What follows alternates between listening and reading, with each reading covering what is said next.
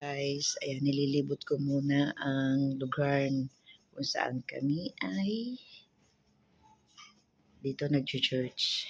Ayan, taas ng mga building guys, oh. Dito lang po yan sa Cubao, guys. Ayan. So, yan yung po yung venue namin. Yun sa dulo ng maraming tao. Ito po yung aming venue. Ito, off limits. Hindi pwedeng lumabas, guys, dito. Ayan. Napakalakas po ng hangin dyan. Taas ng mga building, oh. Ayan po yung Novotel. So, next week, dyan po kami sa Novotel next week. Dyan po kami.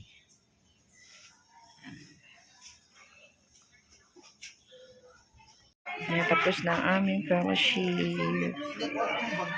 Dito kami sa labas.